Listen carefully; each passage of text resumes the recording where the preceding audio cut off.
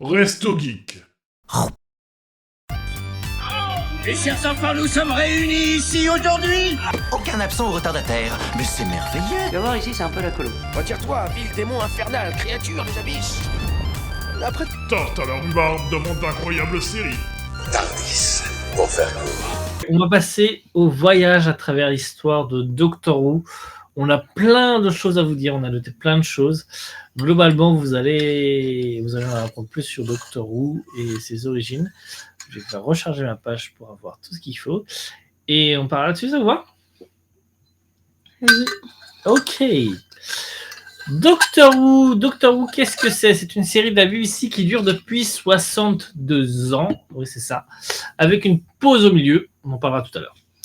888 épisodes pour 26 305 minutes de diffusion. Il vous faudra donc 439 heures ou 18 jours pour regarder entièrement la série. Bon courage. On le verra, c'est pas obligatoire et surtout, pas possible. 16 acteurs et actrices ont interprété ce rôle, 3 pour des épisodes spéciaux téléfilms et 13 pour des saisons complètes, dont David Tennant qui revient beaucoup trop souvent. Et on ne comptera pas les épisodes spéciaux pour le Téléthon où même Rowan Atkinson, #MrBeans, a pris les traits du docteur. Mr Bean. Oui, Mr Bean, pardon. Je sais pas pourquoi je rajoute Beans à chaque fois. Parce que je trouve ça drôle, Beans. Maintenant qu'on a dit ça et qu'on vous a découragé de regarder Doctor Who, vu le nombre d'épisodes, on va quand même essayer de vous donner goût à la série et c'est tant bien que mal de vous expliquer ce qu'elle raconte. Ce qui n'est pas facile non plus pour vous donner envie. Clairement.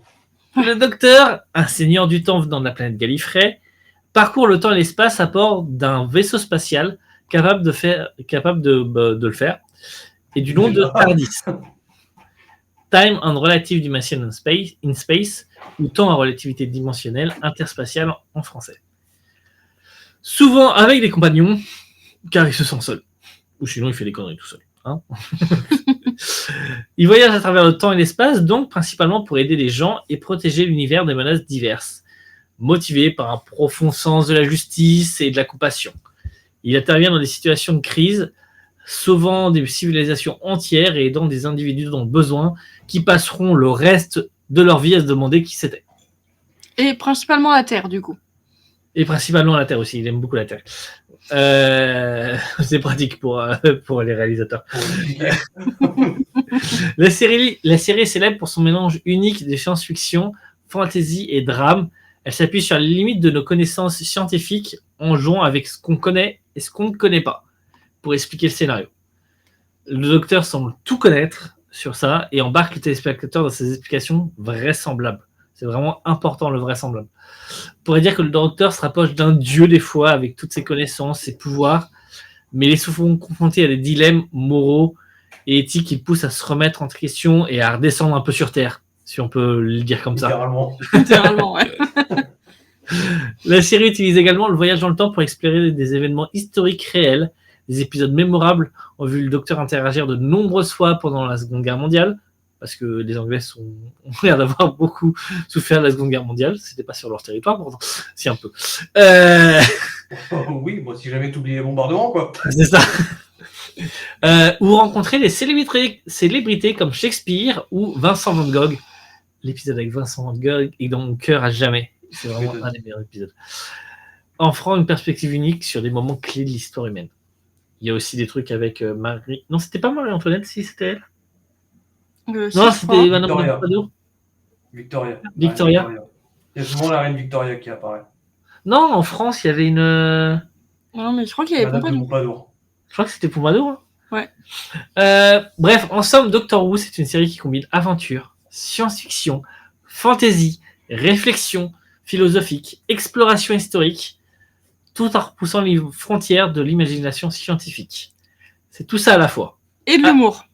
Et de l'humour, bien sûr, avec des scénarios qui vont assez loin, puisqu'on peut rajouter une dimension de voyage spatial qu'on ne peut pas faire dans toutes les séries. Et ça ouvre tout un tas de possibilités aux auteurs. Voilà, j'espère vous avoir donné un tout petit peu plus envie. Oui. Déjà. Ah non, mais moi je le regardais déjà en fait. Toi, ça compte pas. Moi je me remate la série, c'est parti. On passe sur la création de Doctor Who, Stalas ? Yes. Comment ça a été créé en 63? Et ben voilà, 1963, il y a la BBC qui se dit, tiens, est-ce qu'on n'essaierait pas de créer un nouveau programme? Parce que c'est leur but après tout. Donc, plusieurs personnes vont s'y mettre. Sidney Newman, Weber et Donald Wilson notamment. Ils vont se dire, tiens, qu'est-ce qu'on peut faire? Et ben, ils vont se dire, et pourquoi pas un nouveau programme d'éducation? Voilà. Éducation scientifique, historique. Vous avez un petit peu compris, du coup, la partie prologue. Hein? Ouais. Et donc, du coup, ça passe comme ça. Et ben, ils produisent. Donc, le premier épisode voit sa diffusion le 23 novembre 1963. Petit problème, c'est que... Petit, dis ça pour les Américains, ils vont être contents. Il y a une balle dans une tête qui passe par là. Et donc, du coup, en fait, c'est le lendemain de la mort de John Fitzgerald Kennedy qui a un petit peu mis du plomb dans l'aile, en plus d'en avoir mis ailleurs. Faut que j'arrête l'humour noir à un moment, non? Qui a mis un peu de plomb dans l'aile pour cette première diffusion, mais quand même, ça a l'air de sacrément bien marcher, puisque le public... D'ailleurs, je sais pas si tu te souviens, dans la saison 1, il me semble qu'on voit le docteur sur une image à l'assassinat de Kennedy. Oui. Je me demande s'il n'y a pas un petit trèfle. Ben, j'ai dit que si. Je sais plus, quand on en avait parlé une fois, je l'avais dit que si, j'avais fait des recherches. Et c'est justement parce que ça faisait un rapport avec le premier épisode. Ok, cool. Alors, donc dans les premiers épisodes, qu'est-ce qu'on a? Le premier épisode, Un enfant qui ne vient pas de terre. Child. Ou un enfant qui ne vient pas de la Terre. Tiens, c'est marrant, j'aurais pas dit comme ça. Non, ça c'est la traduction littérale que j'ai notée. Ouais, mais la traduction littérale, j'aurais traduit un enfant lointain, tu vois, ou pas proche. Ouais.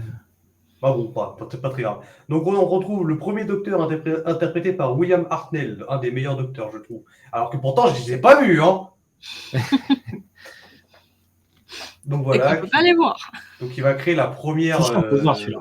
Oui, c'est vu. si, il y en a certains qu'on peut voir quand même. Il y a quelques épisodes qui ont disparu, mais qui ont été refaits en Mais animé. du coup, ça va être la première interprétation du docteur. Il va avoir pour compagnon sa petite fille, je crois, si ma mémoire ne joue pas des songes. Oui, c'est ça. Il s'appelle Susan Foreman. Ok, elle s'appelle Susan. Oui, Susan, oui. On nous a bien rappelé dans la dernière saison, ça aussi. Par contre, je ne me souviens pas qu'elle s'appelait Foreman. Voilà, interprétée par Carol Ann Ford, qui est aussi une bonne actrice, je trouve. Un peu moins connue, mais bonne actrice. Donc, on retrouve, bien entendu, le TARDIS, donc la machine à voyager dans le temps et dans l'espace. Qui d'ailleurs dans les premières saisons pouvait se transformer en un peu n'importe quoi, mais qui va prendre par la suite cet aspect de cabine téléphonique de police des années 60. Je crois qu'il avait toujours la cabine téléphonique, non? Non, parce que dans certains épisodes, ça se transforme en piano. Je crois dans ouais, saison 2 ou 3. Ah, et ils sortent du coup par le couvercle du piano. Marrant. Il me semble avoir vu ça. Je peux me tromper, mais il me semble avoir vu ça dans un épisode. Avec notamment Sarah Jane Smith, je crois. On en reviendra plus tard à elle. Oui, c'est pas la saison 2-3, c'est plus tard, je crois. Voilà, donc une des caractéristiques du TARDIS, en plus de voyager dans l'espace et le temps, c'est que, du coup, vous doutez bien que c'est plus grand à l'intérieur qu'à l'extérieur. Donc, en fonction de comment est son camouflage extérieur, justement. Heureusement, parce que le piano, t'y rentres pas. Déjà, la cabine téléphonique, t'y rentres, mais voilà. Mais... À 2, déjà, tu fais, elle est un peu serrée. Ça fait une blague d'ailleurs dans un épisode spécial aussi, mais on en reviendra peut-être plus tard. Voilà, donc la série alterne entre épisodes donc plutôt historiques, où ils visitent des événements marquants du passé, Marco Polo, les Aztèques. J'ai pas vu les premières saisons, c'est dommage. J'aimerais beaucoup, mais je pense que j'aurais du mal. Après, donc historique et science-fiction, bien entendu, hein, parce que les voyages dans l'espace et le temps, c'est pas trop l'arrêter, pas encore. Où ils explorent du coup des mondes un peu futuristes, des affrontements des extraterrestres, par exemple une race pas très connue dans Doctor Who, les Daleks. Pas très connue. Pas du tout. Pas très connue. Introduit dès l'épisode 2 quand même. Hein. Ouais, dès le début, ils étaient là pour faire chier. Je crois qu'il y avait des gens, ils étaient un peu dans la production qui étaient un peu contre, et puis quand ils ont vu le succès, ça a fait, quand ils ont vu le succès, ils ont fait oh bon, ok. On va les mettre tout le temps. Ok, il y a 2 profs aussi qui vont les accompagner pour justement cette partie éducative que voulaient les 3 créateurs de la série originale. Jacqueline Hill, dans le rôle de Barbara Wright, dans une enseignante d'histoire. William Russell, tiens, c'est marrant, Russell, ça me dit quelque chose. Dans celui de Ian Chesterton, enseignant de sciences. Donc voilà, histoire, sciences, on reste dans le... C'est marrant. Dans l'éducatif. Ouais. Donc la création. Alors les Daleks, comme on l'a dit, très vite mis. Un petit défi technique pour les acteurs qui devaient quand même pouvoir rentrer dans les Daleks. Hein. Je vous rappelle que c'est des potes de conserve. Donc c'est pas très simple. Et c'est pour ça qu'ils étaient aussi gros, je pense. Mais ils ont réussi. Hein. Je trouve quand même ils ont pas mal réussi dans les premières saisons. Même si ça fait quiche, hein. On va pas se mentir, des années 60. Mais bon, il n'y avait pas les moyens actuels. Et effectivement, ce sont devenus les méchants les plus iconiques de la série Doctor Who avec leur célèbre Exterminate. Je sais pas d'où ça vient. Bien fait. Voilà. C'est Donc voilà comment Doctor Who a été créé. Et franchement, merci. Ouais, c'est clair. Maintenant, on va passer à Tipo, on va passer à une partie que aucun de nous trois ne connaît réellement. J'ai vu des extraits, j'ai regardé quelques épisodes, mais très peu, malheureusement, parce que Tipo va nous raconter. Hein. Ouais, j'ai été chercher des infos pour vous raconter un petit peu tout ça. Donc cultiver aussi, ça te donne envie du coup de regarder les saisons. Ça va être compliqué, mais voilà. Du coup, premier Docteur, enfin, j'ai découpé en plusieurs aires tout ça. On commence par l'ère classique et après il y a des choses où ils interviendront, avec les Stalas interviendront sur les autres aires aussi. Mais là, on va parler vraiment de tout ce qui se passe entre 69 et 89, donc avec l'arrêt à l'arrêt de la série, globalement, de la première série. Premier Docteur, William Hartnell, vous l'avez sur l'image, de 63 à 65 pour la saison 1 à la saison 4, globalement. Que dire ? Mais en fait, tu as déjà tout dit en fait à peu près sur lui, parce qu'en fait, globalement, il y a l'introduction des Daleks, et il y a les personnages qui sont avec, etc. L'apparition des Daleks de façon récurrente. En fait, j'ai rien à dire sur ça puisqu'on les avait déjà dit. Mais vous avez le personnage, et à savoir qu'en fait, il avait des problèmes de santé lors de la saison 4. Qui n'ont pas permis de continuer. Du coup, les scénaristes ont inventé un truc qui est devenu récurrent dans Doctor Who, qui est la régénération, leur permettant de changer d'acteur. Donc voilà, c'est là que ça vient, c'est qu'il avait des problèmes de santé qu'il ne pouvait pas continuer. Et du coup, ça permet dans Doctor Who maintenant de changer de personnalité, d'avoir des histoires un peu plus différentes, de refaire des choses différentes, etc. Et ça a été tellement vivace qu'il y a une légende d'internet qui dit que l'acteur est mort. Et c'est parce qu'il est mort pas très longtemps après quand même. Mais il a quand même fait 2-3 apparitions dans certains épisodes après. Du coup, on passe au deuxième Docteur, qui lui, vous l'avez peut-être déjà vu aussi, de 66 à 69, je vois la saison 4 à la saison 6. Souvent appelé le Cosmic Hobo pour clochard cosmique, avec son look un peu débraillé, son approche plus légère et espiègle. Des saisons où on a l'apparition des Cybermen pour la première fois. Donc, premier Docteur, les Daleks, deuxième Docteur, les Cybermen. Les deux plus grands ennemis. Exactement. Deuxième épisode de la saison 4. On a aussi l'introduction de Unit qui va être beaucoup présente dans certaines saisons, notamment celle avec le troisième Docteur, je crois. Non, ou le quatrième. Troisième Docteur, je crois.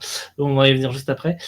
Globalement, Unit, qu'est-ce que c'est ? C'est une organisation militaire terrestre qui a pour but de protéger la Terre des menaces extraterrestres, globalement. Hein. Et l'apparition du personnage récurrent du brigadier Ledwidge Stewart, qui a Unit, et qui enfantera d'une fille, Catherine Stewart, c'est comme ça qu'elle s'appelle ? Kate Stewart. Qui est devenu un autre personnage récurrent de Unit depuis la saison... Depuis Smith, non ? Depuis Smith. Avec Smith ? Depuis l'épisode spécial des 50 ans. Depuis l'épisode spécial des 50 ans, je crois que c'est ça. Parce que je me souviens pas l'avoir vu apparaître avant. Et ça.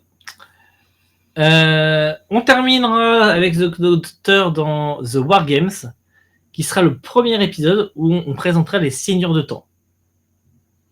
Et c'est là que se régénérera le deuxième Docteur en troisième docteur. Hop, si je peux vous le mettre. Voici le troisième docteur, interprété par Jon Pertwee. Suite à cet épisode, le docteur est exilé sur Terre par les Seigneurs du Temps. Vous allez ranger peut-être les scénaristes. Hein.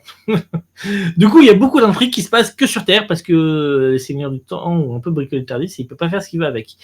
Et avec Unit. Donc ça permet de développer pas mal les intrigues avec Unit. Et on est sur un truc avec un peu plus d'action, avec des arts martiaux, etc. Un peu plus inspiré un peu à la James Bond. C'est un peu un truc que voulait Jon Pertwee.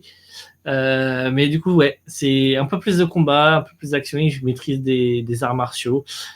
Et on a l'apparition toute première de The Master, du maître, l'autre seigneur du temps, qui est l'ennemi de Doctor Who depuis très longtemps. Il apparaît dans le premier épisode de la saison 8. Il est interprété par Roger Delgado. Le problème, c'est que ce même acteur meurt à l'âge de 55 ans dans un accident de la route en Turquie, alors qu'il tournait un épisode de La Cloche tibétaine.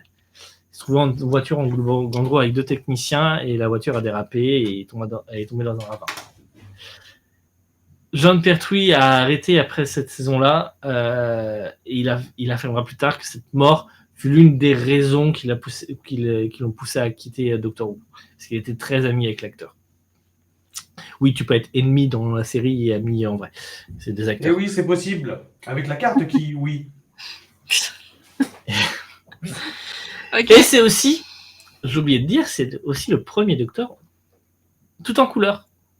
Avant, c'était en noir et blanc. Il est arrivé pile poil au moment où la BBC passait en couleur. Donc c'est à partir de 70 qu'on commençait à avoir Doctor Who en couleur. Voilà, je crois que je vous ai à peu près tout dit sur ce troisième Docteur. Le quatrième Docteur, souvent considéré comme le plus emblématique, avec son écharpe, son costume, aussi parce qu'il est resté 7 saisons, de la saison 12 à la saison 18, de 74 à 81. Voilà. Ouais, c'est celui qui a le plus. Sauf si on compte le 8e Docteur ou le 7e avec les pauses. Mais en termes de saison, c'est lui qui a le plus. En termes d'années, ça dépend comment tu comptes. Son interprétation du Docteur est marquée par un mélange d'humour, d'excentricité et de sérieux.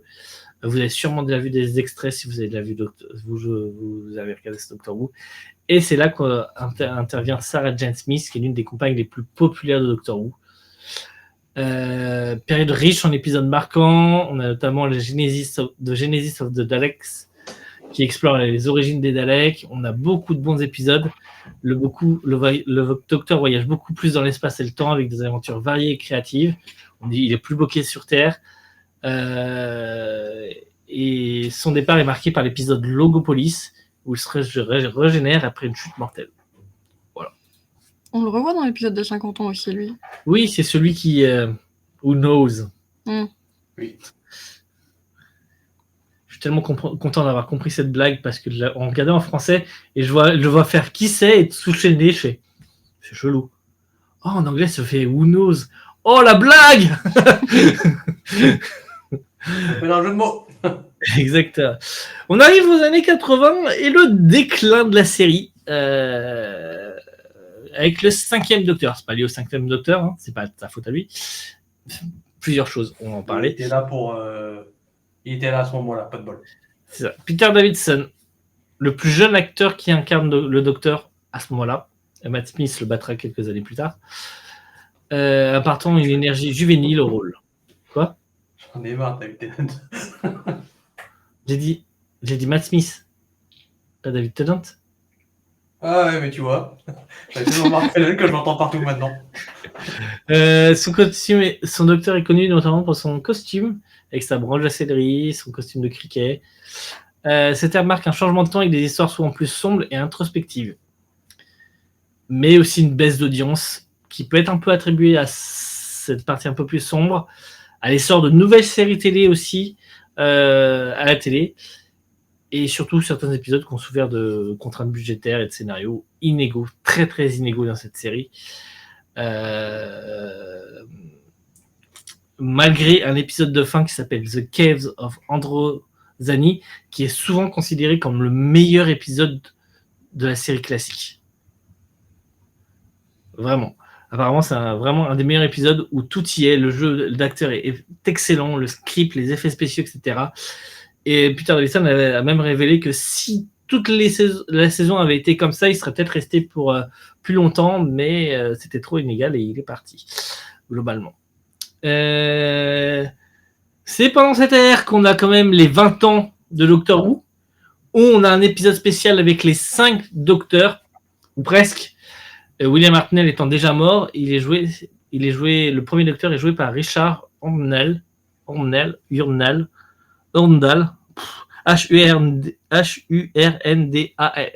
voilà, Hurndal, peut-être. Mais un épisode qui réunit tous les docteurs pour les 20 ans. Grave cool. On continue dans la décadence, malheureusement, avec le 6e docteur.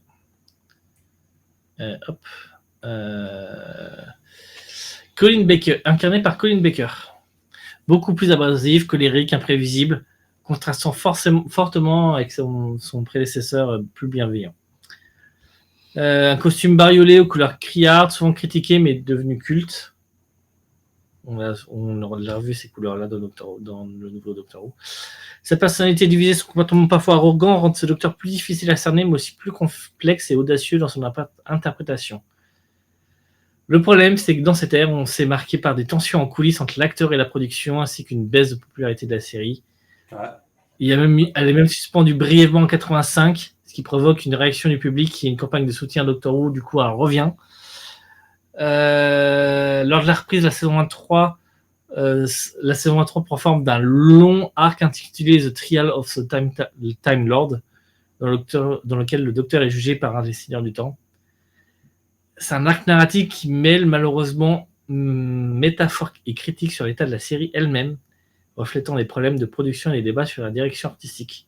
Apparemment, c'est ce que j'ai lu. Je vous donne ce que j'ai pu trouver en cherchant. Colin Baker est viré au bout de 2 saisons.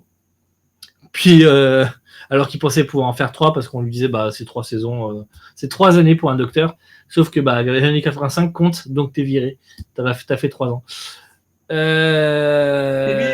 Du coup, après, il le rappelle en mode, tu pourrais revenir pour faire la scène de régénération avec le prochain docteur? Non! Adieu! Voilà. C'est pour ça que le prochain docteur, Sylvester McCoy, porte une perruque pour filmer cette transition, globalement. Et il a eu raison de le faire à cette époque-là. Il est revenu après pour faire des specials. Mais à l'époque, vu comme il a été viré, je peux comprendre qu'il ne soit pas revenu. On l'aurait tous fait. C'est clairement ça. Le 6e docteur... 7e, pardon. 7e. Et du coup, le dernier docteur de la série... Poppins. Pardon. Poppins, c'est Missy. Sylvester McCoy apporte une évolution marquée au personnage du docteur, passant d'un bouffon excentrique à une figure plus sombre, mystérieuse et stratège. Son apparence est plus sobre, on le reconnaît avec tous ses points d'interrogation un peu partout, son chapeau Panama, son parapluie en forme de point d'interrogation. Son incarnation est caractérisée par une approche plus manipulatrice, presque machiavélique. Le docteur devient maître du jeu dans l'ombre. Une compagne romantique, Ace, une adolescente rebelle qui manie les explosifs et aborde des sujets plus matures comme la colère, le racisme et la peur de l'abandon. Ace que l'on revoit. En 87-89 quand même. Oui. Les scénarios deviennent plus ambitieux et symboliques, explorant davantage la mythologie du docteur, notamment des allusions à ses origines mystérieuses. Malgré une amélioration qualitative sur les dernières saisons, les audiences continuent de baisser et la BBC décide de suspendre la série en 89. McCoy reprendra brièvement son rôle pour l'épisode de 96, le téléfilm de 96, afin de filmer la régénération vers le 8e docteur. Eh bien. Donc, on arrête Doctor Who de 88 à 89 à 96. Et donc, on arrive dans les années 90 avec des tentatives de relancement. Déjà, avant 96, on va vous parler rapidement de l'univers étendu. Oh, je parle encore, et après, c'est à vous. Oh, cool. Du coup, la série, quand même, survit hors écran. Après l'arrêt de la série en 89, Doctor Who continue d'exister en produits dérivés. Il y a des novélisations. Il y a les novélisations Tariq Books qui étaient popularisées dans les années 70, globalement, qui continuent d'être publiées. C'est des adaptations de la série en livre, globalement. En 91, il y a Virgin qui lance la collection New Adventure qui reprend l'histoire du 7e Docteur, là où la série s'était arrêtée. C'est des romans avec des thèmes plus matures et sombres. Ça rajoute des nouveaux personnages comme Bernice Summerfield. Parallèlement, il y a les Missing Adventures qui revisitent les anciens Docteurs dans de nouvelles histoires respectant le ton et l'époque de chaque ère. Et on a toujours des BD dans le Doctor Who magazine. Et en 96, la Fox et la BBC essayent de relancer Doctor Who avec un 8e Docteur, que vous avez peut-être vu dans un épisode spécial du 50e, avant le 50e anniversaire, puisque c'est celui qui se régénérera dans le Docteur de la Guerre. Paul McGann, qui incarne un docteur plus romantique, sensible et élégant dans un style proche des héros gothiques victoriens. Il y a une élégance qui va avec l'époque victorienne, ça se voit. Le docteur va se régénérer après avoir s'être battu à San Francisco en 99. J'ai vérifié, c'est bien 99, donc 3 ans après le téléfilm. Je pense qu'il voulait faire un truc avec le bug de l'an 2000 ou un truc avec l'an 2000. Je pense qu'il y a un truc là-dessus dans l'histoire. J'ai pas tout lu. Il affronte de nouveau le maître, ici interprété par Eric Roberts. Pour la première fois, il est explicité que le docteur est à moitié humain du côté de sa mère. Raté. Ce qui est controversé chez les fans et contredit dans une des saisons avec Jodie. Le film rencontre pas le succès espéré aux États-Unis, ce qui freine les projets de relance, malgré un beau succès quand même, mais pas assez. Mais laisse une empreinte durable grâce à l'interprétation charismatique de McGann et au niveau des fans. Et comme je vous le disais, on retrouvera cet acteur-là dans l'épisode La nuit du docteur, où il montre sa régénération en docteur de la guerre. Avec les prêtresses de Khan, je crois que je sais plus.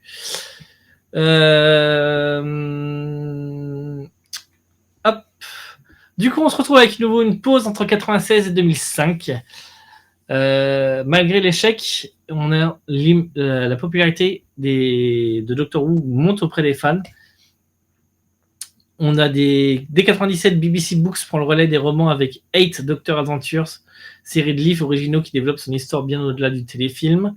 En 99, Big Finish Productions obtient la licence officielle pour produire des audiodramas, l'équivalent de nos sagas MP3 en quelque sorte, avec les véritables acteurs de la série classique.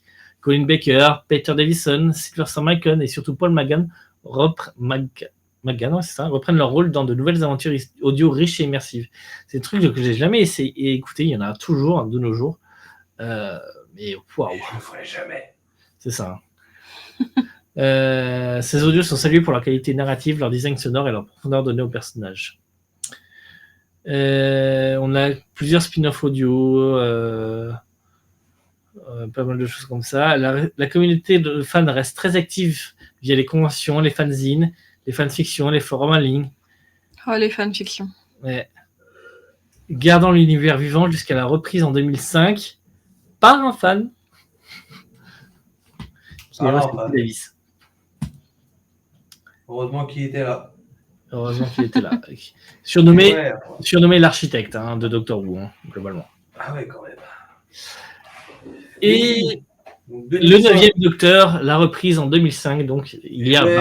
Là, on commence à rentrer dans la nouvelle série qui a vu son ère terminée l'année dernière, finalement.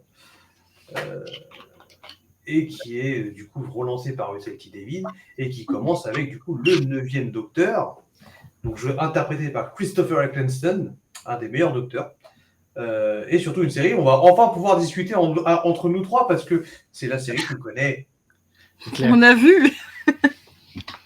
Bon, pas tant que ça non plus si tu veux pas terminer à minuit, mais... C'est vrai. Donc après quand même une longue absence en format série, une série reprend grâce à Russell T. Davies. Donc Eccleston incarne un docteur qui est profondément marqué par son passé, qui est plus sombre, plus grave, plus introspectif. Introspectif? Ouais, introspectif, c'est mieux. Sur ça, tout en gardant effectivement un esprit rebelle, curieux, drôle aussi, intelligent, enfin bref. Il prend de ses prédécesseurs pour, en plus de lui-même pour créer un nouveau docteur quand même, ma foi, fort sympathique pour une reprise sur les chapeaux de roue, dirons-nous. Tu dis ça parce qu'il court tout le temps? Ouais, ça va être le nouveau truc du docteur. Parce que je crois que dans les épisodes précédents, à part quand les acteurs étaient redevenus jeunes, ils ne couraient pas tant que ça. Donc, son look, un look un peu plus moderne. Blouson en cuir, jean, pas d'accessoires en particulier. Voilà, donc un peu plus proche finalement d'un humain classique des années 2000, on va dire. Enfin, d'un homme dans la trentaine, on va dire, du côté de l'ombre des années 2000. C'est aussi, je pense, le premier docteur qui est critiqué entre guillemets, hein, dont on va se moquer un petit peu de son physique, notamment des oreilles. Hein, clairement. Voilà, vous pouvez le voir de toute manière. Elle dépasse de la photo.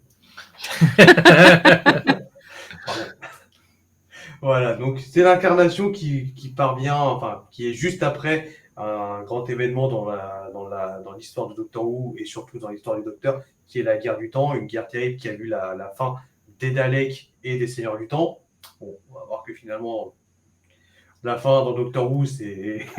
Moi, je trouve ça dingue qu'il se soit dit, on va reprendre et on va mettre ça. Ouais, ça... c'est bien d'avoir dit que justement, il y a un passé troublant. Oui, c'est ça, mais qui a un passé, mais qu'il ait rajouté un passé alors qu'il y avait déjà un passé. Quoi. C'est un gros événement en tout cas qui explique ce changement de comportement que vont avoir tous les futurs docteurs d'ailleurs après. Une nouvelle compagne aussi qui va nous accompagner un bon moment, hein, mine de rien, qui est Rose Tyler, interprétée par la talentueuse Billie Piper, qui joue pas que dans Doctor Who et dans ses autres interprétations, c'est pas mal aussi, de ce que j'ai eu. Donc une jeune femme beaucoup plus moderne, dynamique, incroyablement humaine, ouais, c'est vrai. Et qui va permettre en fait de redécouvrir le passé du docteur, puisqu'elle va être très curieuse de ce personnage mystérieux qui vient la sauver. Et on l'avait vu avec Stalas dans une émission, on avait fait une petite critique de la saison 1. Le premier épisode se passe uniquement, on voit le docteur uniquement quand Rose le voit, donc on est vraiment découvert du docteur à travers les yeux de Rose. Et c'était incroyablement fait, je l'avais pas remarqué avant qu'on fasse ça avec Stalas, c'est joli de la part de Russell T. Davies. Très beau, très bien réalisé. La série va du coup adopter un ton un peu plus cinématographique. Les effets spéciaux sont un peu plus modernes. Bon, avec les budgets et les moyens fournis par la BBC à l'époque. Donc, ça va. C'est pas non plus, vous attendez pas à un truc excellent, mais ça passe très bien. Moi, je trouve que justement, ils ont bien vieilli, au passage.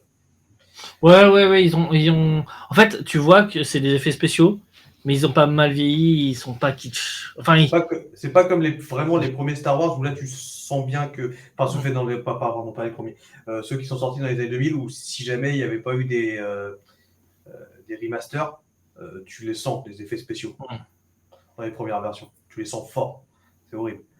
On revoit quand même des ennemis un peu emblématiques, hein, comme les Daleks. Bien sûr. Comme quoi, ils reviennent jusqu'au bout, eux, puisque c'est même les ennemis principaux, enfin les derniers ennemis de la saison d'Eccleston. Et puis, on introduit quand même des nouveaux ennemis. On peut penser aux Slighting qui reviennent dans la saison 1. On peut repenser à comment ça s'appelle, l'esprit collectif, avec les petits bonshommes en plastique, pardon.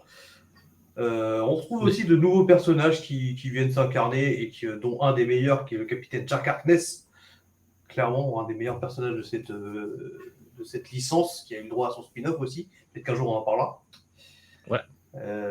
Voilà. Et par contre, malgré le qui est quand même le premier personnage pansexuel normalement, je crois, à la télévision britannique. Oui, peut-être, ça sera vérifié, mais c'est pas possible. Je crois que c'est connu comme ça en tout cas. Bah, on vous laissera chercher au cas où, pour être sûr. Et nous aussi, on cherchera de notre côté. Voilà, mais bon, en tout cas, malgré le succès, peut-être pas planétaire, mais en tout cas, bien régional, bien national de la série. Eccleston finira par quitter, malheureusement, suite à des désaccords avec la production. Comme quoi, ça sera à n'importe quelle époque. Et on aura le droit, du coup, à une régénération vers un docteur bien trop connu, à mon goût. Voilà, je vais laisser Nate en parler, puisque c'est son docteur préféré, David Tennant. Alors, ce n'est pas mon C'est pas docteur son docteur préféré. préféré, Mon hein. docteur préféré, c'est celui d'encore après. Mais il fait Des fois, partie... t'arrêtes pas de me dire que c'est Tennant. Non. Non, Non, il tu fait partie de confonds mon avec quelqu'un top d'autre. 3. Mais c'est mon 3e dans le top 3. Ok.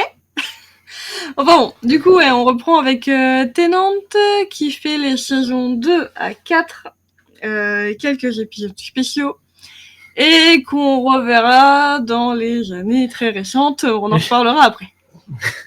Il n'aime pas partir, du coup il revient. On va dire ça comme ça. Bah, déjà qu'il se réincarne en lui-même en milieu de saison. Oui, Enfin, déjà. c'est un des docteurs les plus appréciés, les plus populaires de la série, ce qui peut se comprendre vu que beaucoup de personnes ont commencé à regarder Doctor Who par les saisons avec Tennant. Et ça, je comprends tout à fait, et ceux qui n'ont regardé que les épisodes avec Tennant, forcément, c'est leur préféré. Il y a beaucoup de très bons épisodes aussi avec Tennant. Et il y a beaucoup de très bons épisodes.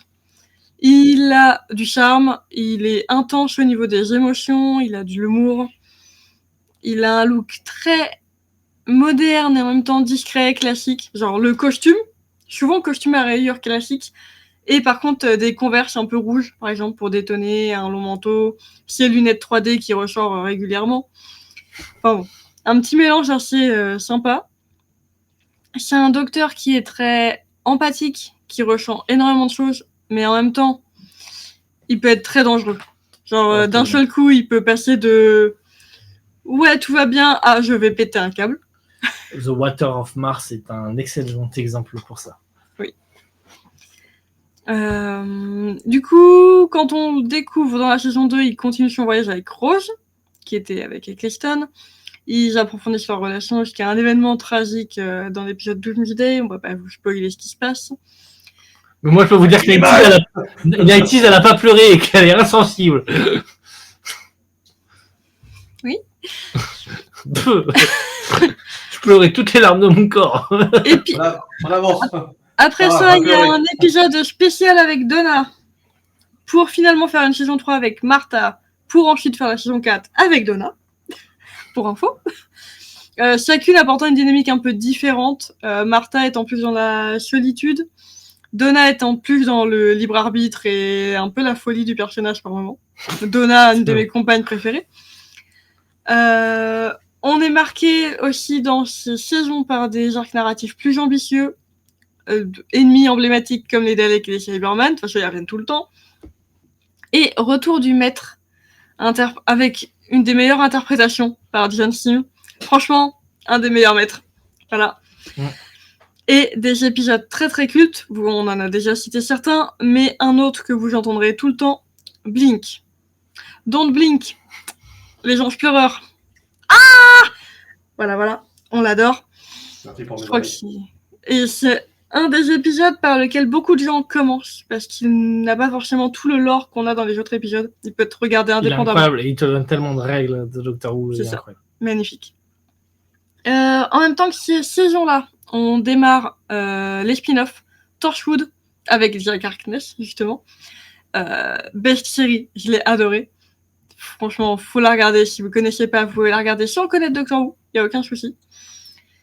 Même si vous manquerez quelques rêves, on s'en fout un peu. Et sinon, il y a sur Internet un moyen de regarder Doctor Who et Torchwood et la série dont tu vas parler juste après, dans l'ordre, si vous voulez. C'est ça, avec les bons parallèles au bon moment. Et l'autre série, du coup, c'est The Sarah Jane Adventures, où on retrouve, du coup, l'ancienne compagne dans ses aventures avec K9, le petit chien robot. Oui, maîtresse. Bon, voilà. Du coup, on a fait 3 saisons principales avec Tennant. Il se régénère en lui-même pour 4 épisodes, si je me trompe pas. À ce Un moment-là. truc comme ça, Et ouais. c'est pas la première fois, c'est pas la dernière fois. Et un des moments, pour certains, les plus émouvants de la série. Moi, je n'ai pas pleuré.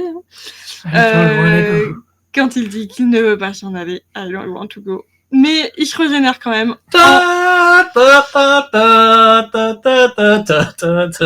En le 11e Docteur, my pref, Matt Smith. Non, c'est mon préféré. Non, c'est notre préféré. C'est votre préféré. Bon, alors honnêtement, I don't want to go. Moi, à chaque fois que je revois la scène, ça fait plus penser à un gamin qui veut pas partir du parc. J'ai pas fait exprès du coup de prendre Matt Smith au parc de Central Park. Alors que lui, pour le coup, il aura une vraie fin. Il a une fin très classe. Donc, le meilleur docteur, toute saison confondue, tout narrateur. Non. Si. Non. Ta gueule, si. Qui a eu le droit au meilleur saison. T'es pas un vrai William, c'est pour ça. Qui a eu le droit aux 3 meilleures saisons de toute la série. Oui, je suis un peu fan. Donc, à seulement 26 ans, Matt Smith devient le plus jeune docteur, oui. Dans le sens où ça se parle, en fait, il faut que je dorme. C'était un de ses premiers rôles aussi, je crois, si je me souviens bien de sa cinématographie. Oui, je crois que c'est un truc comme ça. De toute façon, 26 ans. Et quel premier rôle! Voilà, donc avec une interprétation qui arrive à mélanger ancien, jeune, beaucoup de gestuels imprévisibles. Il va beaucoup bouger. Il avait quand même fait 3 films et 3 séries. Ah, ça va. 3 apparitions. Donc il a fait quelques petits trucs. Ouais.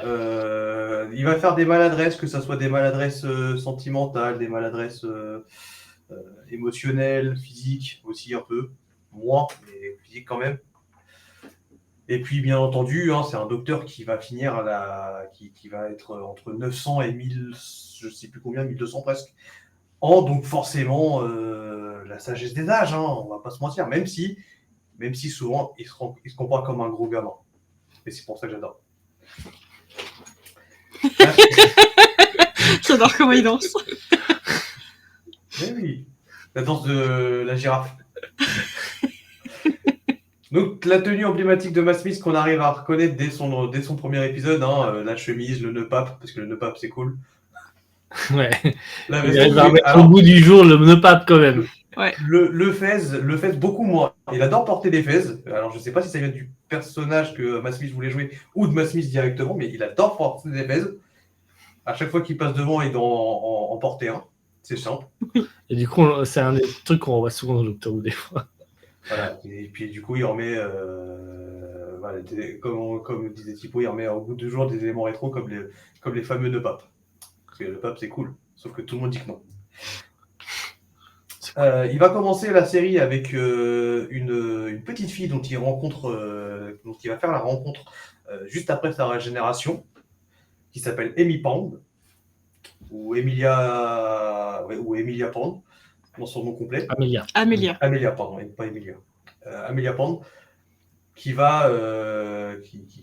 il va promettre de revenir très vite, et puis finalement, il va y avoir une bonne ellipse temporelle. Mais c'est pas grave, ils vont commencer à sortir. Ils vont commencer à voyager ensemble jusqu'à intégrer le futur mari d'Amy, donc Rory Pond. Meilleur perso ever. Comme il l'appelle dans la série, donc Rory Williams, qui va finir. C'est Rory Williams. Oh non. Ouais. Il va finir par... Ah, mais il y a plein de trucs. Parce qu'en fait, pendant toute la série, il l'appelle Rory Pond, en disant que si tu prends le nom de ta femme, tu fermes ta gueule. Sauf à la fin, où là, du coup, il va commencer à sortir les Williams pour pouvoir séparer d'eux. Très, très bien, ces épisodes. Excellent.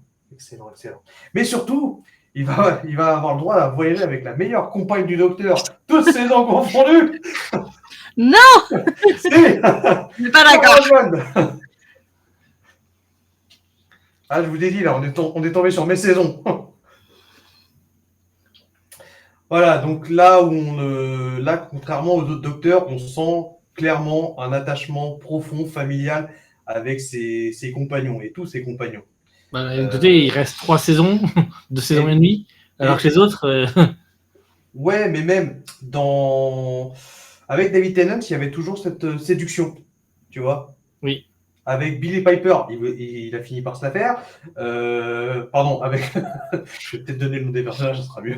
Alors, après, juste avec Amy et Rory, avec Clara, il y avait un jeu de séduction un petit peu aussi. Alors, avec Clara, oui, il y a de ça, parce que du coup, elle est présentée comme sa récompense pour les nombreuses fois où ils sauvent l'univers.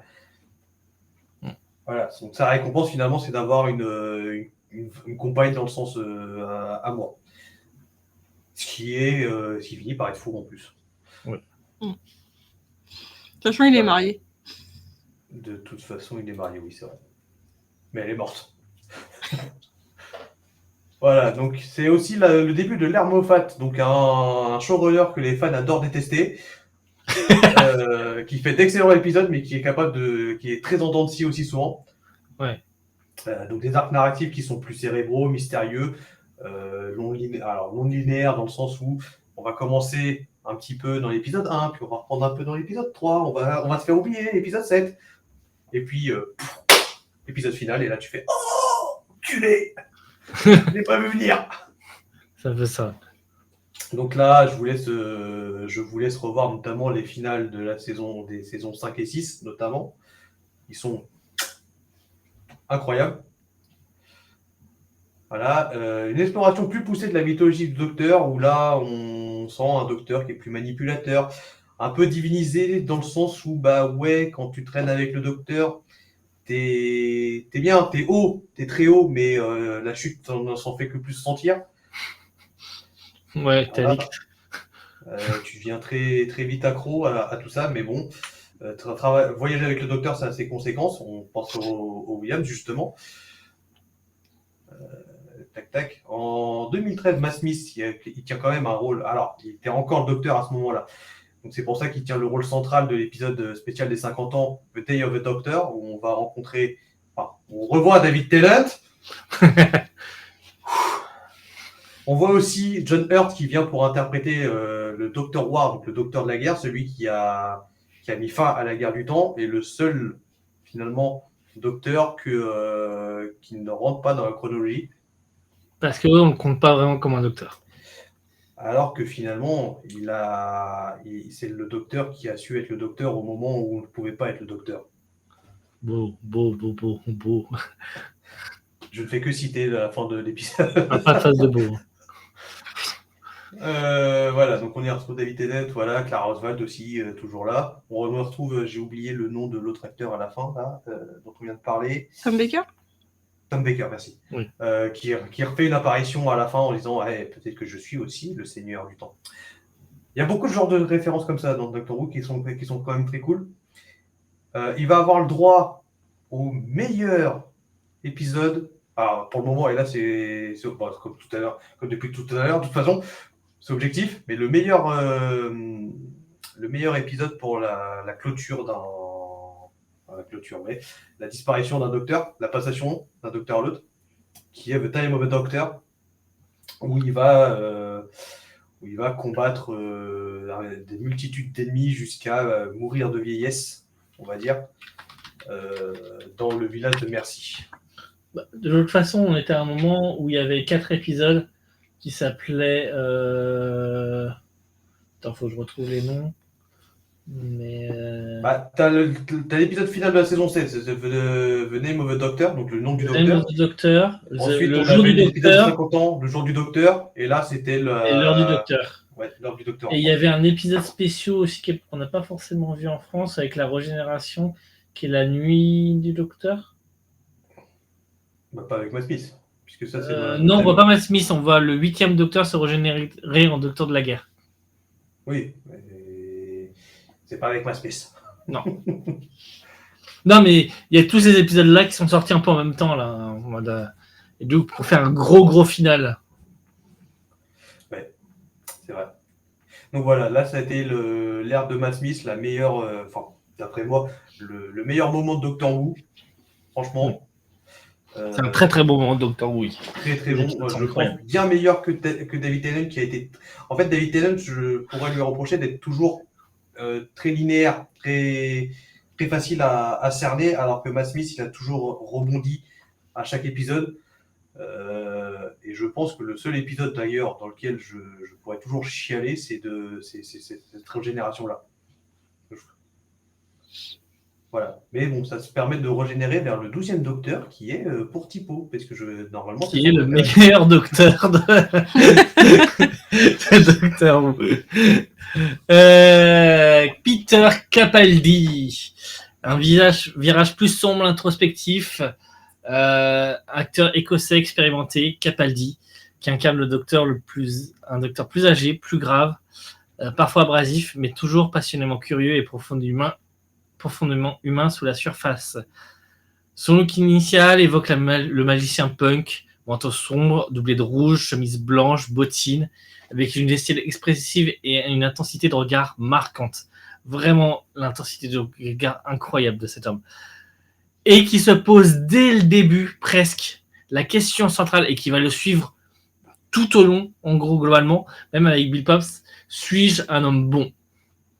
Quitte à être détestable dans la première saison où on le retrouve et qui fait que je pense qu'une bonne partie des gens ne l'ont pas aimé. Il poursuit son voyage avec Clara Oswald, qui est la meilleure compagne de Prestalas. Ah bah clairement. Et je serais pas contre effectivement, puisque je trouve qu'avec Capaldi, ça devient incroyable.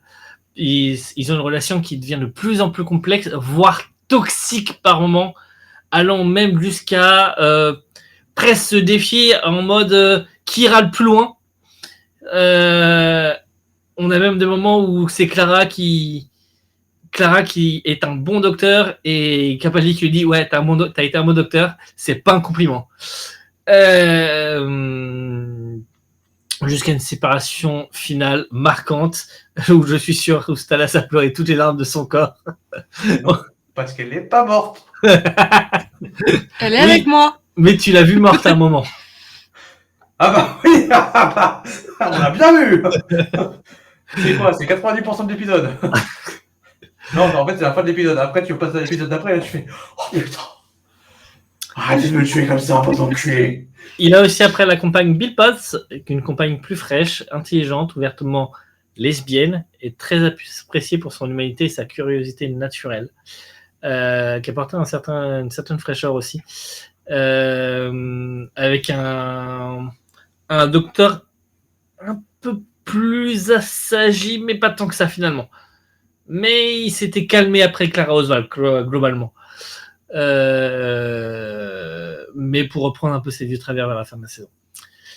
Capaldi bénéficie de super d'épisodes riches en émotions, en expérimentation narrative. Je compte Listen, qui parle de la peur, mais d'une manière incroyable, et sur lesquelles on n'a toujours pas de réponse. Enfin, il y a des questions qui restent en suspens. Je trouve ça incroyable. Evanescence,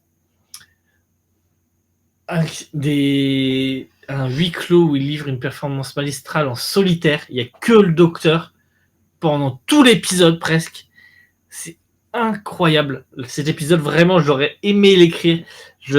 Pour moi, c'est le meilleur épisode de Doctor Who, c'est Evanescence. Vraiment, il est incroyable d'ingéniosité cet épisode. Et terminé par Hellbunt avec Clara, par exemple, pour en citer un troisième, qui finit l'arc avec Clara de manière assez triste, mais assez beau quand même. Il a la chance aussi d'avoir son maître incroyable, qui pouvait dépasser... comment il s'appelle? John Sim. Qui d'autre que Michel Gomez, dans le rôle du maître féminin. Incroyable maître. Je pense qu'elle a réussi à dépasser John Sim, ou l'égaler. En tout cas, les deux. Enfin, l'égaler. Je n'arriverai pas à choisir, mais incroyable dans son rôle. Et bien sûr, il rencontre encore les Cybermen, les Daleks. Toujours les Cybermen que j'ai à chaque fois pas vu venir. Putain, j'aurais dû réfléchir 2 minutes. Il y avait des gros indices. Oui, mais personne n'a vu bien, je te rassure, moi non plus. Tac. Il quitte la série lors du spécial de Noël Twice Upon a Time, où il croise le premier docteur, joué par David Bradley, alias Rusard, alias Rusard dans Harry Potter, avant de se régénérer en Jodie Whittaker. L'Arcapeldi a eu un accueil mitigé au départ, je vous le disais, parce qu'on était sur une saison où je pense qu'ils ont fait un peu exprès qu'on déteste le docteur, parce que le docteur se détestait un petit peu. Certains fans peinaient peut-être à s'habituer à un docteur plus rude, mais avec le temps, il est devenu de plus en plus reconnu pour sa profondeur, ses performances d'acteur et la qualité de certains épisodes majeurs, devenant une ère sous-estimée dans le cœur de nombreux Whovians, dont moi. Ouais. La saison 8, ça a commencé à être la saison où je commençais à partir de Doctor Who. Ouais. Thomas Smith. Et pour moi, vraiment, en saison 8, 9, on est au top de Doctor Who. Pour moi, mieux que les saisons 5, 6. On est vraiment au top. Non. Chacun chez vous. Vous la sous-estimez. Elles sont... Alors, la saison 8 m'a saoulé, clairement. Mais après, heureusement qu'effectivement, il y a eu la saison 9. Puis la saison 8, en la revoyant, elle m'a saoulé au début. Et en la revoyant, je la trouve géniale, la saison 8. Moi, c'est la saison 9 qui m'a fait repartir, clairement. La saison 10, ça a commencé déjà à me refaire chuter un petit peu. Et là, maintenant, on va parler de l'ère qui m'a complètement fait arrêter le docteur. Et ce n'est pas à cause de l'actrice, je tiens à préciser. Non, l'actrice est géniale. Après quand même presque 60 ans d'existence, le docteur se transforme pour la première fois en une femme, donc il va être interprété par Jodie Whittaker. Très bonne actrice. Première fois que l'on voit. Pas forcément la première fois. Mais bon. Première fois dans la série chronologique. On va y venir. Avant, s'il l'a fait, on ne le savait pas. Exactement. Donc voilà, donc Jodie Whittaker fait son entrée dans l'univers de Doctor Who en 2017, en tant que, comme on vient de dire, la première femme à incarner le Docteur. Et franchement, elle a fait un bon boulot. Oui. C'est pas de sa faute si j'ai arrêté la série, c'est pour autre chose. Je reviendrai dessus. Elle va apporter d'ailleurs une énergie nouvelle, dynamique, pleine de compassion, contrastant beaucoup avec ses prédécesseurs, puisque finalement, ce côté féminin et empathe va venir être plus important que dans les derniers. Surtout, elle était plus. Notamment. Vu ce que je viens de dire, on est parti d'un Capaldi qui était très rude, sombre, à quelque chose de quand même plus joyeux et plus coloré. Voilà, ça se voit son costume d'ailleurs au passage, qui est d'ailleurs une salopette décontractée, un manteau long, des bottines, qui est associé à son caractère enthousiaste, un esprit plus communautaire. Voilà. Qui se rapproche plus des origines du docteur, donc à savoir une docteur qui est plus là pour enseigner que pour sauver le monde, même si elle va quand même pas laisser le monde brûler, hein, faut pas déconner, elle n'est pas là pour ça. Ça va être pour la première fois aussi pas un seul compagnon, puis après on va en avoir d'autres. Là, c'est tout de suite un trio qui va arriver, c'est peut-être ça aussi qui m'a gonflé. Parce que du coup, il y avait trop de personnages auxquels s'attacher très vite. Donc, il y a Yasmine, Ryan et Graham. Graham, il est trop bien. Moi, je vais l'appeler Graham. Graham. Parce que j'aime pas le H. D'ailleurs, si je me souviens bien, Graham, c'est pas le grand-père d'un des deux, là? Si, de Ryan. Enfin, le beau grand-père de Ryan. Grand-père de Ryan. Ok, voilà, c'est bien ce qui me semblait. Donc, il y a quand même un côté famille qui va ouvrir de nouvelles dynamiques de groupe, puisque finalement, il y aura le docteur, un jeune et un personnage un peu plus âgé, donc un peu plus, on va dire peut-être casanier, je ne me souviens pas très bien. Ouais. Mais qui va quand même essayer de faire tout ce qu'il peut pour aider tout le monde. J'aime bien Graham, mine de rien. Oui. Surtout quand il fait un duo avec Ace. C'est vrai. Donc les histoires sous son règne, sous sa dictature, j'allais dire, sous son mandat sont marquées sur un ton un peu plus inclusif et socialement engagé. C'est pas forcément. C'est peut-être une autre raison pour laquelle j'ai pas aimé. Abordant des thèmes comme la diversité, la tolérance, la famille, les inégalités. Bon, c'est déjà des thèmes qui étaient abordés dans d'autres épisodes avant. Mais là, c'est vrai que ça a été un des thèmes importants à ce moment-là de D'ailleurs, on a, l'intrigue. je sais plus, je crois que dans les 2 premières saisons, on a un épisode avec ah merde, la femme Block qui s'est assise dans le bus là, j'ai oublié. Putain. Ah, quelle honte. Si tu me parles avec Whittaker, j'ai aucun souvenir des saisons. Non, mais La femme black qui s'est assise dans le bus. Rosa Parks. Rosa Rosa Parks. Parks.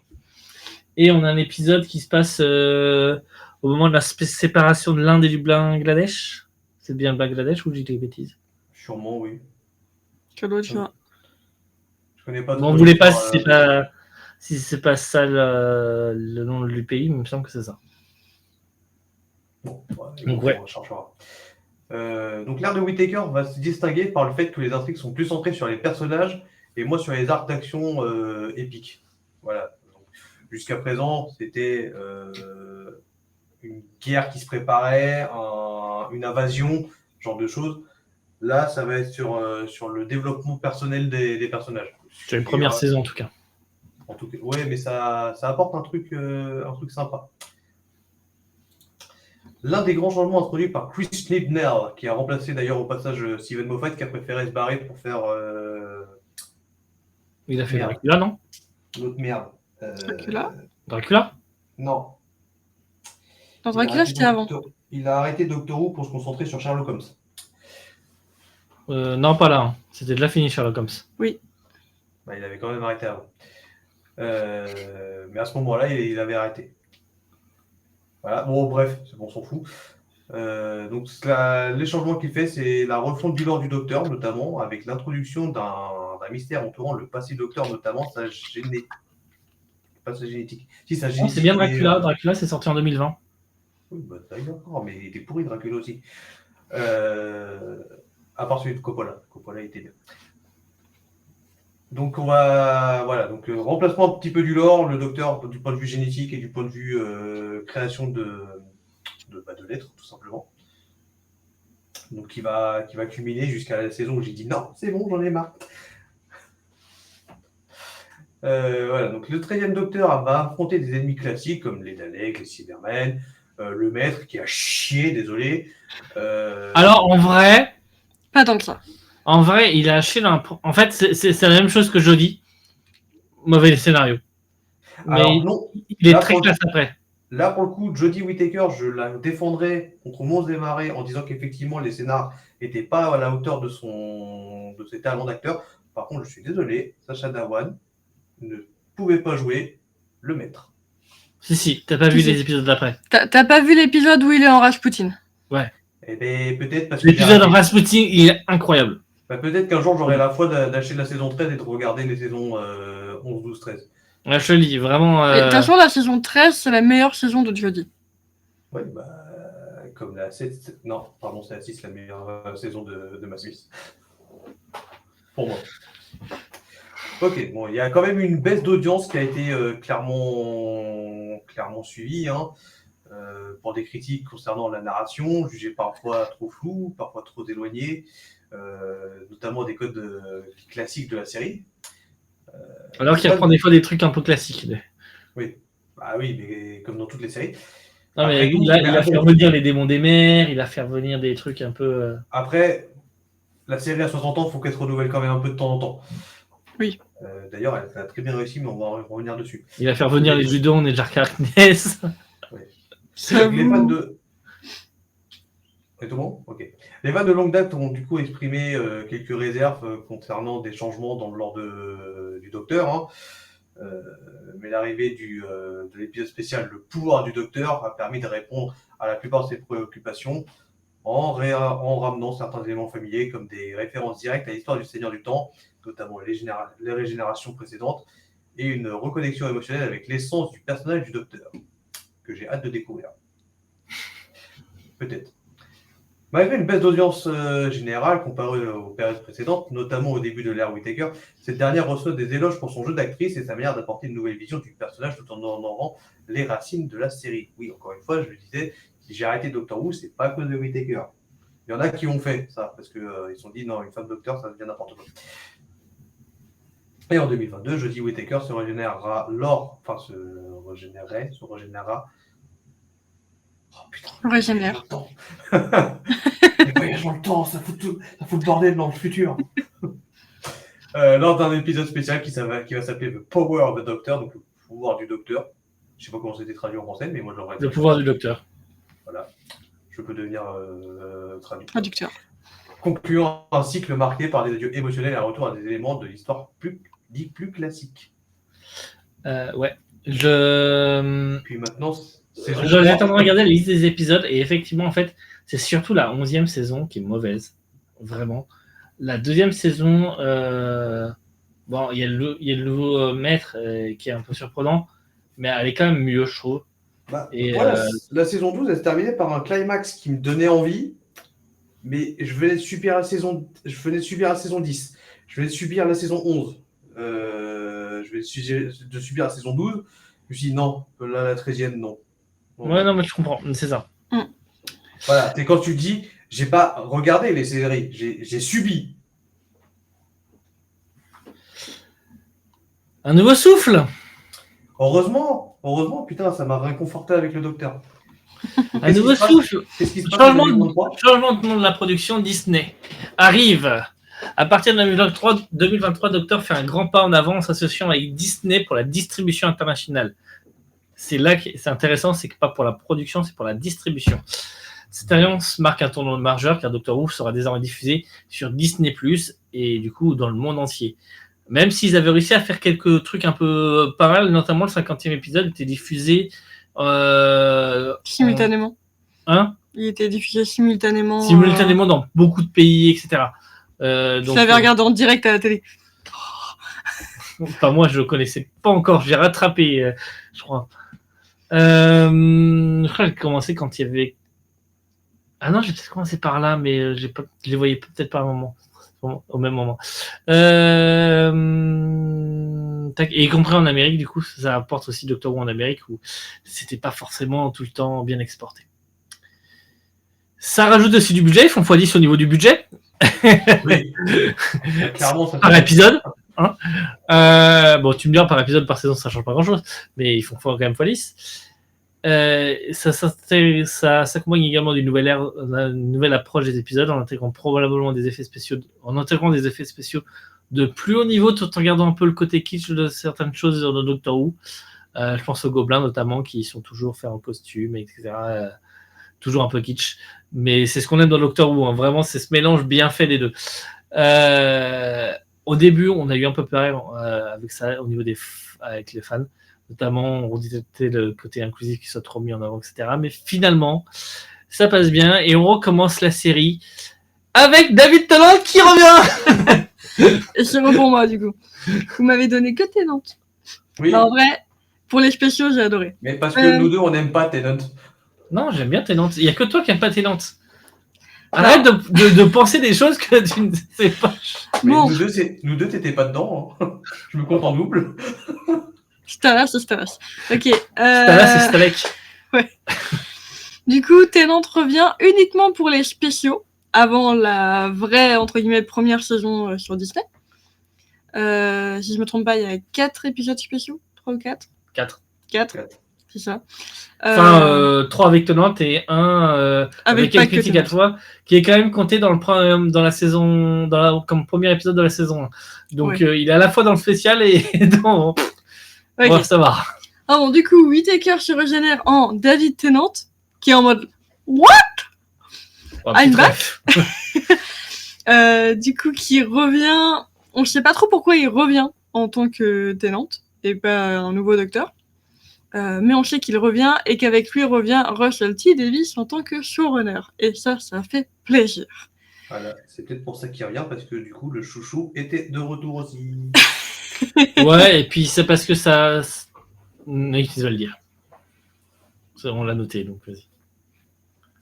Je sais plus ce que tu voulais dire, mais. Non, T'inquiète, ce on que va- je vais dire, on va on l'a trouver. noté, donc vas-y, continue. Ok. Du coup, le retour de Tennant et de ses épisodes spéciaux, ça introduit des éléments clés pour la suite, pour l'ère suivante, pour la future réincarnation en NQT que vous verrez après. Et ça implique aussi, avec Tennant, le retour de Donna. J'aime trop Donna. D'ailleurs, on n'a pas parlé de l'épisode Adipose, un des meilleurs épisodes que j'ai adoré. Ouais, mais en même temps, on n'a pas envie de finir à 3h du mat. Oui, oui, oui. On pourra faire un épisode spécial, hein, vous inquiétez pas. Hein. Enfin bon, du coup, on retrouve Tennant pour 3 épisodes spéciaux et l'arrivée de NQT juste derrière. Un très bon kiff chez les épisodes spéciaux, que du bonheur. Que vous dire de plus à part que la suite sera aussi bien?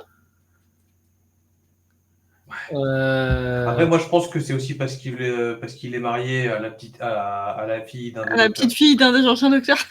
Non, pas la petite fille, la fille. Alors, globalement aussi, l'arrivée de Tennant aussi, c'était pour jouer un peu, je pense, sur la nostalgie, le reconnexion avec le passé, remettre une bonne base pour que NQT arrive sur une bonne base, en fait.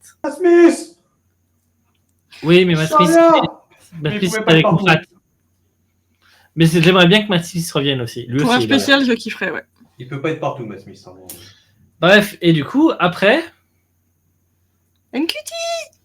hop, attendez, il arrive. Là, on NQT, passe à ton docteur préféré. C'est mon deuxième préféré, du coup, maintenant.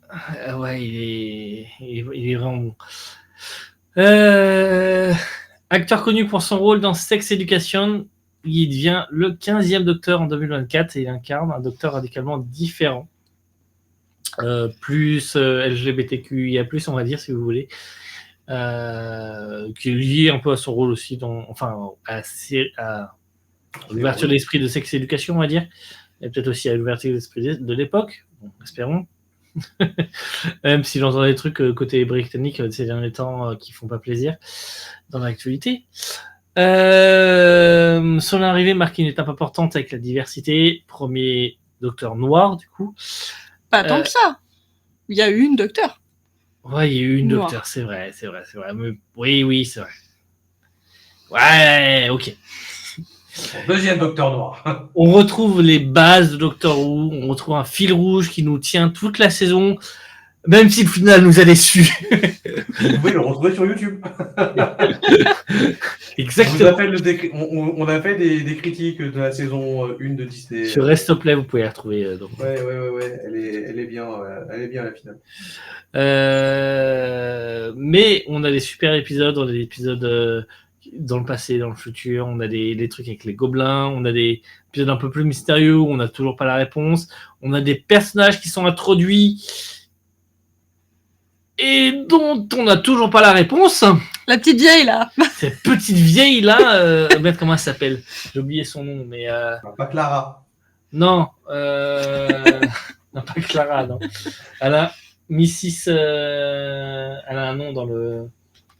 Falcon, un truc comme ça, je sais plus. Je sais Les plus. bébés de l'espace. Il suffit que je regarde. Non, putain, pas les bébés de l'espace avant. L'église de Ruby Road. Mrs. Flood. Si, je peux. Qu'on va voir souvent dans la saison 1, la saison 2, peut-être la saison 3. Je sais pas quand est-ce qu'on aura une réponse à qui elle est, mais en tout cas, voilà, il y a vraiment l'idée de faire un truc sur plus long terme, de mettre plus de choses un petit peu comme ça, peut-être de jouer. Et il y a aussi beaucoup de jeux avec les anciens épisodes, puisqu'on retrouve le Toymaker qui était dans un épisode de 66, je crois, avec le premier Docteur. Ça, c'était avec Tennant. Oui, Et NQT. C'était Tennant et NQT. C'est sûr. Mais on retrouve d'autres dieux, un peu de l'univers qui va créer suite à ça. Et qu'on va retrouver, je pense, aussi dans les saisons qui suivent. Donc, on va avoir tout un truc là, comme ça avec les dieux. Je pense qu'on est sur un arc narratif, les dieux de l'univers, qui va se terminer sur un gros truc, sûrement avec NQT. Et du coup, à voir quand NQT s'arrête. Mais je pense que s'il fait 3 saisons comme font les autres docteurs, il va falloir attendre la fin de la saison 3 pour avoir un final qui explique pas mal de choses. Bref, on se retrouve un peu avec un schéma plus classique de Doctor Who qu'on avait et qui fait plaisir. Le budget alloué. Mais plus long du coup. Enfin, le fil rouge est plus. Ouais, c'est ça. Ouais, en fait, t'as plusieurs fils rouges, quoi. T'as plusieurs t'as le fil rouge de la saison et t'as des fils rouges qui ont commencé à être tendus dès les épisodes spéciaux du retour du Docteur. Exactement. Notamment, on a le maître qui devrait revenir un jour aussi, peut-être, ou ça se trouve ou peut-être que Mrs. Fouz est le maître, mais puisque le maître était enfermé dans une dent du Toymaker et qu'on le voit, on l'a voir récupéré. Donc, Voilà, donc on a plein de trucs comme ça qui sont posés un peu partout. Et peut-être qu'il va pas s'en servir tout de suite, peut-être que ce sera pour encore après. Mais il a posé plein de trucs. Et ça fait plaisir. Et peut-être même qu'il a posé des trucs qu'on n'a pas vus. Et Sûrement. la saison 1 était trop bien, et la saison 2 démarre sur les chapeaux de roue. Ouais, exactement. Dans le premier épisode, non, je rigole, Stalas, il ne veut pas spoiler. Bref. On conclut sur son succès et sur l'impact culturel, Stalas. Bah ouais, bien sûr. Donc Doctor Who, qu'est-ce que c'est? C'est quand même une série qui est inscrite dans le Guinness World Record comme étant la série... Et pas qu'une fois. De quoi? Et pas qu'une fois. Et pas qu'une fois, oui, c'est vrai. Donc elle est inscrite déjà comme étant la série de science-fiction la plus longue et la plus prolifique. Donc un total de 819 épisodes depuis 1963, c'est quand même pas mal. 888 même maintenant, mais c'est quand elle a été inscrite en 2009, je crois, un truc comme ça. Ouais, voilà. Mais ça continuera à monter, En 2009, Doctor Who a été désigné comme la série de science-fiction la plus réussie, prenant en compte sa longévité, les ventes de DVD, les vues sur le BBC iPlayer, donc la revue, non pas la revue, comment ça s'appelle? Le replay. Le VOD. replay. Ouais, la VOD. Ouais, la VOD. Et les publications dérivées, ce qui est quand même énorme. Donc ça aussi, c'est au Guinness World Record. Tu m'étonnes.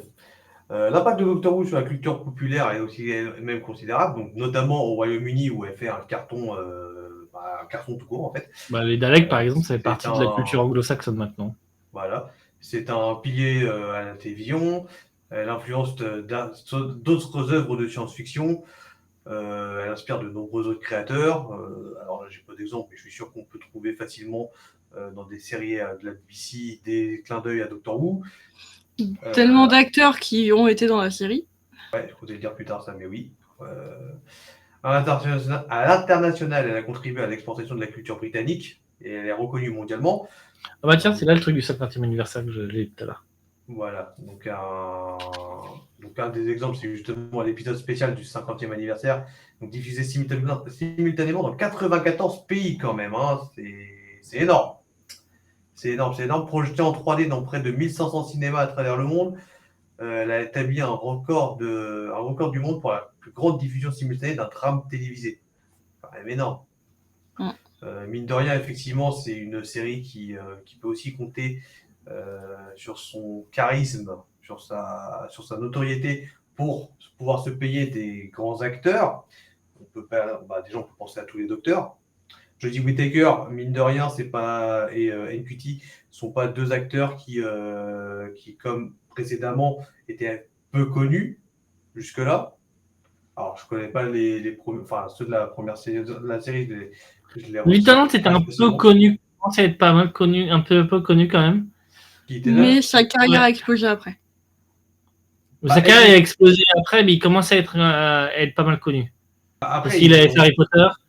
Il avait fait d'autres trucs aussi un petit peu avant, qui est connu. Mais oui, c'est ça. Mais globalement. Oui, mais en tout cas, il y a des acteurs. Jodie, on l'a vu dans Broadchurch. NQT, on l'a vu. NQT, on peut pas encore dire que c'est un des grands acteurs, mais c'est un bon acteur. En tout cas, NQT, il avait déjà fait beaucoup parler de lui. C'est ça, voilà. Il est encore jeune. Whittaker était déjà connue comme étant une grande actrice. Après, quand tu regardes un petit peu avant, Peter Capaldi, il avait une bonne carrière derrière lui.